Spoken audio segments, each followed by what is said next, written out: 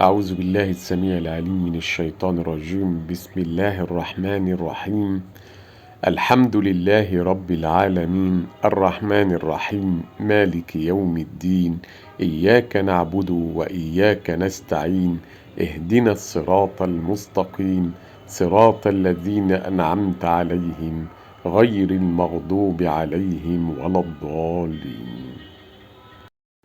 أعوذ بالله السميع العليم من الشيطان الرجيم. بسم الله الرحمن الرحيم. ألف لام ميم. ذلك الكتاب لا ريب فيه هدى للمتقين الذين يؤمنون بالغيب ويقيمون الصلاة ومما رزقناهم ينفقون والذين يؤمنون بما أنزل إليك وما أنزل من قبلك وبالآخرة هم يوقنون أولئك على هدى من ربهم وأولئك هم المفلحون. إن الذين كفروا سواء عليهم أأنذرتهم أم لم تنذرهم لا يؤمنون.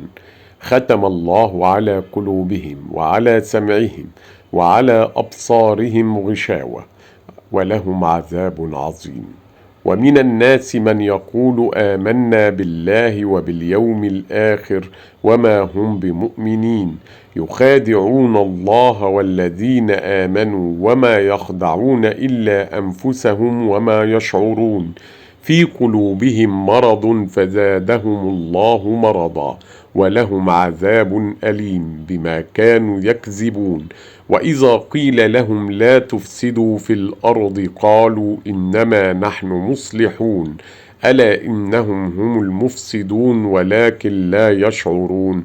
وإذا قيل لهم آمنوا كما آمن الناس قالوا أنؤمن كما آمن السفهاء ألا إنهم هم السفهاء ولكن لا يعلمون. وإذا لقوا الذين آمنوا قالوا آمنا وإذا خلوا إلى شياطينهم قالوا إنا معكم إنما نحن مستهزئون الله يستهزئ بهم ويمدهم في طغيانهم يعمهون. أولئك الذين اشتروا الضلالة بالهدى فما ربحت تجارتهم وما كانوا مهتدين. مثلهم كمثل الذي استوقد نارا فلما أضاءت ما حوله ذهب الله بنورهم وتركهم في ظلمات لا يبصرون صم بكم عمي فهم لا يرجعون. أو كصيب من السماء فيه ظلمات ورعد وبرق يجعلون أصابعهم في آذانهم من الصواعق حذر الموت والله محيط بالكافرين.